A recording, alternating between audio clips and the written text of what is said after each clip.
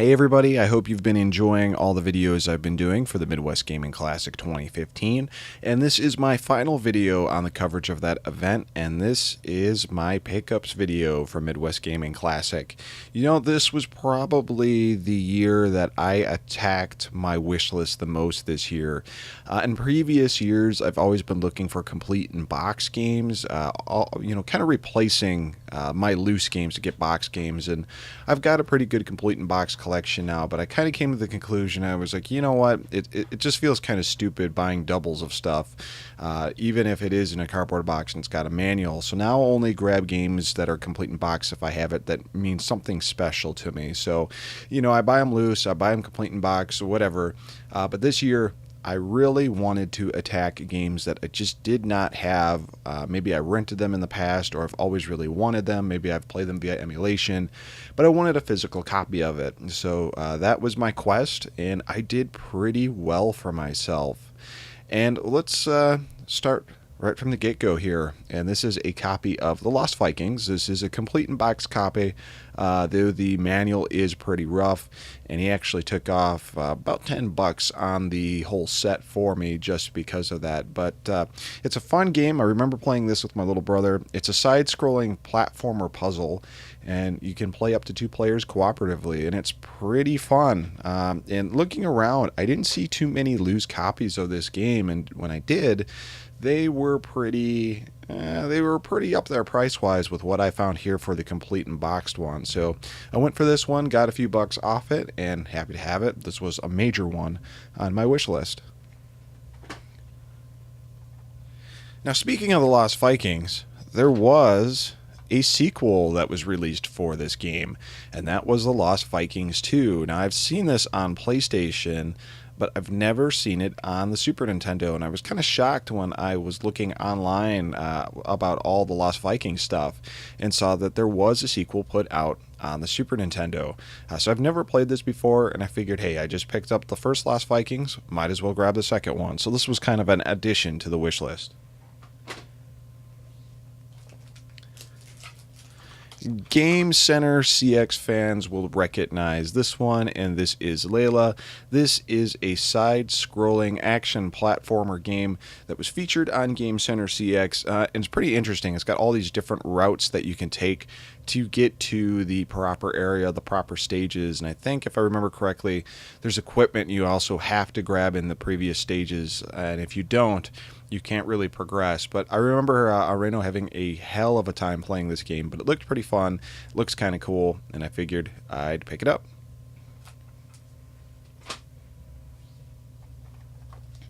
Switching over to the Super Famicom, this is one I've wanted for a while, but the price was just never right. It has shot up in value incredibly, and I got this for 20 bucks. I was pretty happy to get this for 20 bucks. Even the Japanese copies of these games go for a decent amount of money, and I believe the North American copies are even more because this was released pretty late in the Super Nintendo's lifespan. And what's interesting is this title was actually supposed to be released the first year the Super Nintendo came out, but there were a ton of delays with it. It would have been interesting if it would have made it out as a first tier release for the Super Nintendo. But if you're unfamiliar with the game, best way to describe it, Castlevania meets Prince of Persia.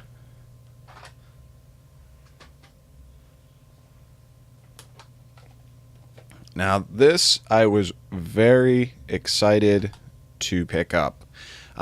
They actually had a loose copy of the box for the Nintendo version of River City Ransom. I have already River City Ransom, but I don't believe I have it complete in box, and that is one of my absolute favorite games. This came out probably in the mid-2000s, if I remember correctly, and it was pretty fun. Reworked, just plain simple fun. It played true to the original with a couple of additions. So when I had the opportunity to see this at the Midwest Gaming Classic and found out that it was only $5 more than the empty box that I could have got for the NES River City Ransom, I had to pick it up because I don't have this at all. And this was one that I kind of just added to my wish list as I saw it. But what's cool is because of the Retron 5 or even the GameCube Game Boy GBA player, I can play this on the big screen, which I'm looking forward to doing. This is a complete in box copy, which is awesome. Let's switch it over to the Famicom again. And this is Star Wars. This is Star Wars on the Famicom. That is actually different from the NES release that was put out on, obviously, the Nintendo Entertainment System. I've never really seen it played. I haven't heard great things about it, but again, I've been on a Star Wars kick. The price was right for it, so I decided to pick it up. I'm curious to see how it plays, good or bad, really. Let's jump back to the Super Nintendo, shall we? And this is one that was on my wish list, and this is Aliens vs. Predator. Now, this wasn't as good as the Capcom side-scrolling beat-em-up, but this still holds fun for it, for the most part. I remember renting this and playing it like crazy throughout the weekend that we had it. The music was pretty good, too, so looking forward to playing this and having it in my library again. Another wish list game. Speaking of movie franchises fighting each other, let's talk Robocop versus Terminator. I don't have this in my collection. I didn't really seek it out. This isn't really a great game, but it was super cheap, and it was literally right after I got Aliens vs. Predator. The only reason I truly love this game, and it's weird because I didn't even purchase the complete version of it, is this Super Nintendo version of Robocop vs. Terminator had a freaking awesome box. Like, it was just this heavy-duty built box. It stood out from the rest of them. I bet you it's up there in price, but just a cool-looking box. Something you could probably, like, hammer somebody with it would knock them out. Going back to Game Boy Advance, this is Ajime No Ippo. If you're unfamiliar with the series, it is a pretty huge manga series as well as a off and on running anime series in Japan. Ippo is a junior high student, and obviously it spans a good point of his life, but he starts out as a junior high student who's, he's klutzy, he's constantly getting beat up. He just wants to stand up for himself, and he ends up meeting a champion boxer in the street who kind of takes a liking to the kid, and Ippo ends up becoming this world champion boxer. And it's just an incredible underdog tale of fighting these different boxers and just learning how to fight. It's really awesome, and the game actually is pretty fun as well. I believe there was an English translation patch put out for it, but it's got some unique combos to it, some unique styles of boxing, and it's kind of reminds me of the arcade version of Punch-Out! In a sense, so very cool. Now here's one I have very, very little chance of actually playing, but I am a huge fan of the anime, and again, the price was right. I think this was like 10 to 12 bucks, and this is Death Note on the Nintendo DS. Again, an anime adaptation, probably one of my favorite animes in the last decade or two, and just looking forward to playing it. If you're unfamiliar with the story of Death Note, the guy on the left, Light, actually gets a notebook, which all he has to do is write the name of the person in the notebook, and their death will come true. So he basically goes kind of power hungry and ends up killing all these criminals and then all these world leaders, and essentially becomes a god without being publicly known. The guy on the right is basically responsible for bringing him down, or at least attempting to bring him down. And he is a master detective. So it's pretty cool. I'm sure it's going to be mostly text in the game, and because it's Japanese, won't be able to play it. Don't think there is a English translation patch for it, unfortunately, but maybe one day. And if there is, then I'll actually own a copy of the game.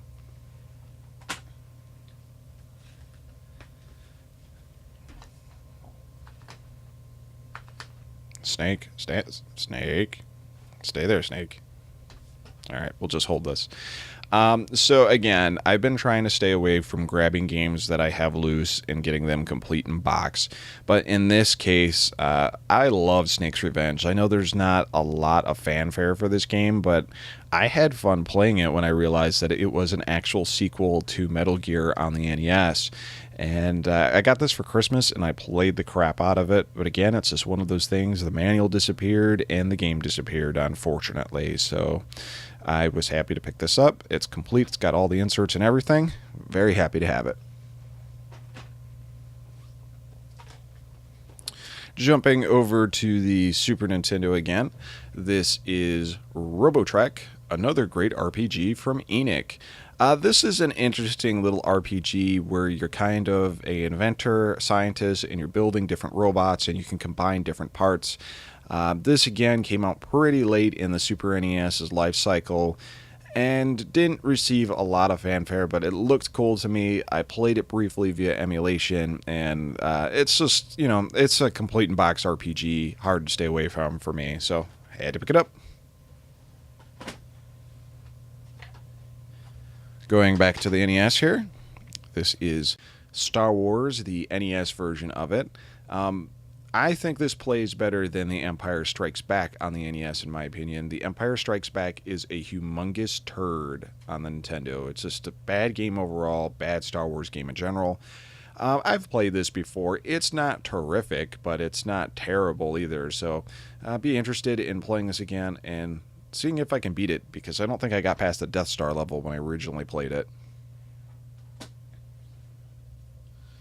Jumping over to the PlayStation, Strider 2. I love the Strider games, and for whatever reason, I never picked this up back when it first came out. This game has both Strider 1 and Strider 2 arcade perfect, and if I remember correctly, these discs actually have a misprint. The disc for Strider 1 is actually Strider 2, and vice versa. So, curious to see if they ever fix that, or if this is a copy with the misprint. Now for something a little different. This is a set of Nintendo collector's pins from the 80s. I saw this and just instantly went back to my childhood. I had the little Luigi there towards the bottom that's next to Koopa. And I saw it, and my buddy Chris was next to me, and I literally freaked out and went, oh my god, I got to get this set. So he was doing $5 a pin for this, and I think there's 8 pins total. I asked what he could do for the total set. He gave me a good deal on it, so I picked it up. You know, it's cool. I think there's a couple of the pins missing, so that's not a big deal because there's still a good collection of them. But what I'm going to do is I have Midwest Gaming Classic pins. I have a Super Street Fighter 2 Turbo pin as well as a Star Fox pin. I'm going to put these all in there, and then I'll just make a nice little cool display case for them. So very cool. Vintage Mario stuff is always very awesome. Let's jump back to the Famicom. This is Derby Stallion. This is a horse simulation game. I, honest to God, would never care about playing any kind of horse simulation game, but it was played on Game Center CX and actually looked pretty cool. There is an English translation patch to my knowledge, so I figure I'll take up some horse racing this year. Complete in box too. More Famicom goodness. Get in there, Billy. This is Mad City, and if you're unfamiliar with what Mad City is, on the NES, it was the Adventures of Bayou Billy. Unfortunately, when Bayou Billy came out over in America, and I'm not sure what came first, maybe the Famicom version of this came later, but the benefit of having Mad City over the Adventures of Bayou Billy, first, Mad City is way easier. It can be finished pretty easily. It's got multiple endings, which is pretty cool, and overall just a better game than the NES counterpart.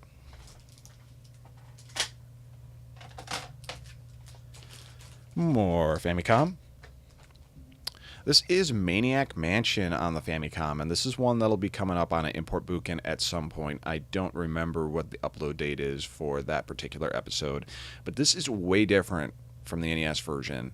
The NES version was awesome, it's fun, but this one I think actually came first or came after the NES version. Same principle, obviously. You're still trying to go and save Sandy from Dr. Fred, but the characters are super deformed. They make really loud clicky sounds when they're walking. It's kind of funny, but it's unique. I'm a huge fan of Maniac Mansion, and I saw it there, had to grab it. Next up,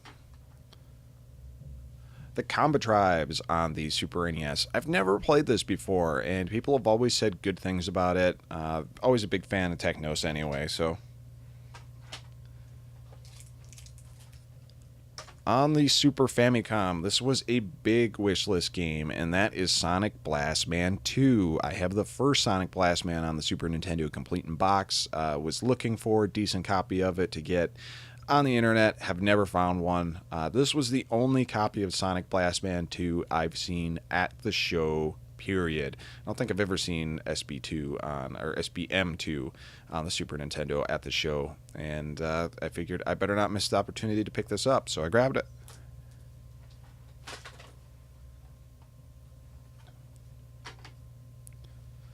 This is Clay Fighter Tournament Edition. I ended up getting this for $5. It was beat to crap. The card is pretty beat up, but the label is pretty much intact. So actually what I can do is I can take some of my beat up, broken sports games that the cartridges are in good shape and just replace the cartridge and probably just clean the marker and stuff off the front of it and be good to go. I think Clay Fighter was actually a Blockbuster exclusive, if I remember correctly.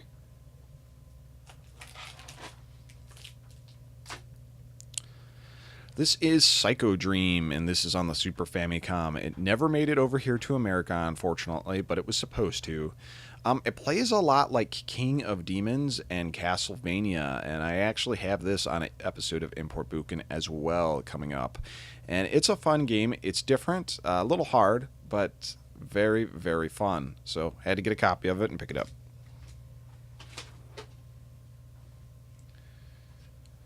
Let's switch over to Saturn, right? And this is Rampo. I think that's Rampo anyway. No, it's not related to Rambo as far as I can tell. Kind of a weird looking game. It looks like a Japanese full motion video game that I'm quite unfamiliar with. All these Saturn imports that I'm going to show you here were in a 3 for $5 pile that I decided to grab. So not bad at all, but yeah, it should be interesting. I probably won't understand what the hell's going on, but I figured why not. This is Eve, the Lost One on the Sega Saturn. Not really sure what it's about, but it looked cool. Looks spy-ish. And again, it was in the 3 for $5 pile, so why not? This one is Torico. Again, I've never seen this. I've never played it. And it looks an awful lot like D if you're looking at the characters there. So it's probably in the same vein as that. This is Macross. I'm not sure what version of Macross it is, but I think I've briefly played this on the Saturn, and I know it had some side-scrolling shoot-'em-up elements to it, which was the main reason I picked it, and plus I love Robotrack and Macross.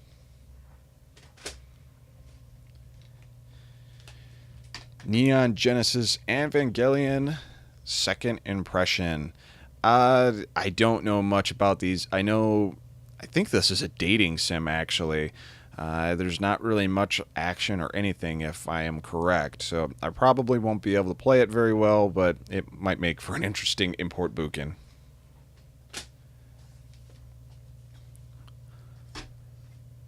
Sakura Wars 2. I've heard of the series. I think it's had a couple of recent releases on the PlayStation 2, PlayStation 3. I've never played it. Again, it was in the cheapo pile, so I figured why not.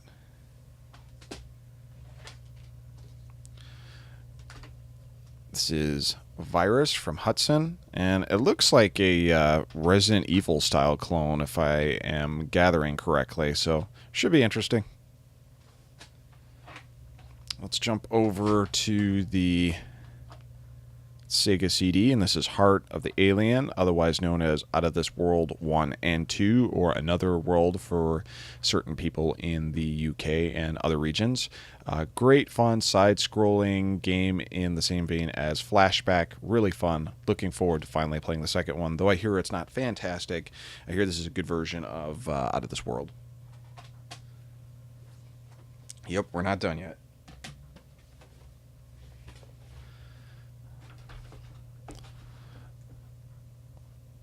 This is Blade Runner on the PC. $5. I couldn't pass it up. It's complete in box. I've never played it, and I am a huge fan of the Blade Runner movie. I'm not sure why I skipped out on getting this back in the day. I probably just didn't have the money, honestly. But best action or best adventure game of 1998. I remember this being heavily featured on PC Gamer.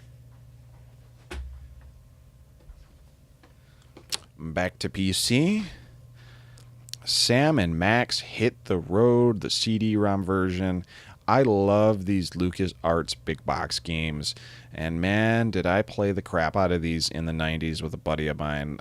Good price, even though I can get on good old games, I do miss these big box PC games, especially the LucasArts ones, and that's why I picked it up.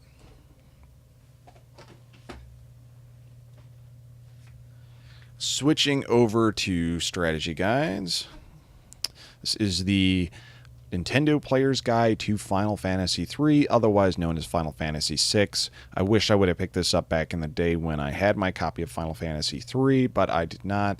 I saw it at the show, had to pick it up. I love Final Fantasy III, big fan. Okay, so next up in terms of books, we got this classic book right here. This is The Legend of Zelda Tips and Tactics hint book that was released way back in the 80s along with the Super Mario Brothers hint book. I think that was one of the first major NES hint books there were. There was Mario, then there was the Zelda one. A funny story about this, could not beat The Legend of Zelda, could not figure out how to pass Death Mountain.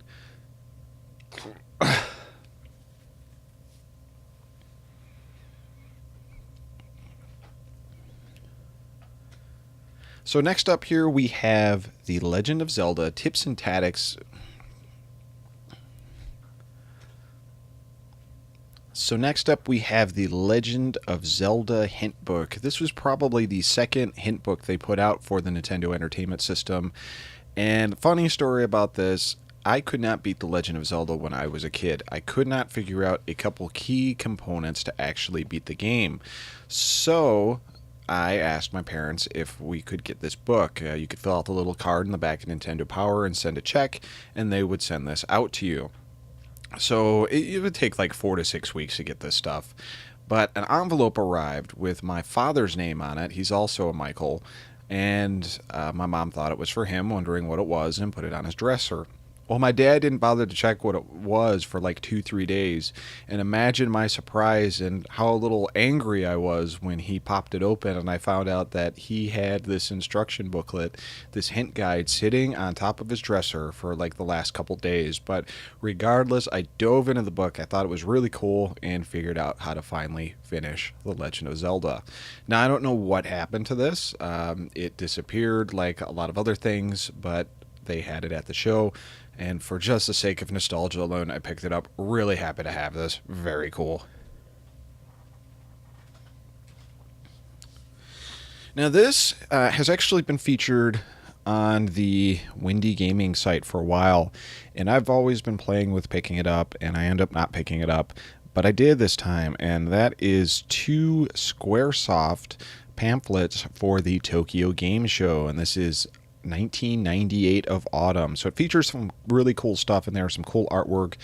There's actually memory card stickers and stuff on that. I think I'll do a separate video for these, but it's pretty cool. And there, again, is 2 of them. 98 and 99. Very cool piece of Square before, of course, they morphed into Square Enix. Next up we have the Ogre Battle, the March of the Black Queen strategy guide. Pick that up for a really great price.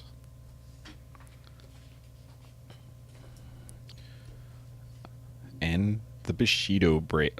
Wow, the Bushido Blade Fighter's Guide, the official strategy guide for it. Love that game. Love Square Soft stuff as well as a strategy guide. So had to pick those up as well. And finally, to finish out my pickups, I could not pass this by. I noticed it in one of the side vendor rooms, some of the private vendor rooms at the show. A guy was actually selling some Ultra Sabers. Now, Ultra Sabers makes their lightsabers pretty durable. You can actually duel with them. And the guy had a couple different ones, so I decided to pick them up. And this one's cool, and it might be kind of see because we are lacking some light here, or we have a little too much light, but this one is orange, which is really cool.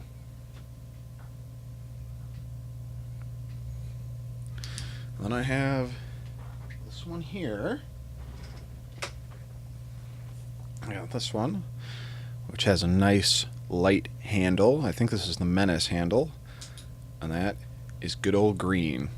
Now, these don't have the soundboards in them, which is why they were cheaper, but I think you can get the soundboards, the sound drivers for these lightsabers from Ultra Sabers for a decent price. So I'm going to look into that. Otherwise, just something fun to run around with and beat random guests with when they come over. So pretty cool. But yeah, that is my pickups video from Midwest Gaming Classic 2015. Why do I like picking up stuff at MGC compared to going online and grabbing stuff? It's just different. You know, you can see exactly what you're getting. You can feel it. You can open it up. You can look at the manual. You can negotiate on the price. That's why I usually do a good chunk of purchases at MGC. And people go, oh, well, you're going to spend so much more money on that. No, man, if you negotiate the price, you work with these guys, they will give you a fair price. You know, if you're smart, and so do they, what it's worth and what they can get out of it, considering, you know, they're paying for gas and other stuff. But I love doing it, and it's nice because at the end of the Midwest Gaming Classic pickup spree I pretty much go pretty lax on picking up any retro games from that point. Even modern games, I pretty much play what I pick up for the year and just start saving money, which is really cool. So hope you liked this pickup video for MGC, and I hope you loved all the other MGC videos. So thanks for watching, guys.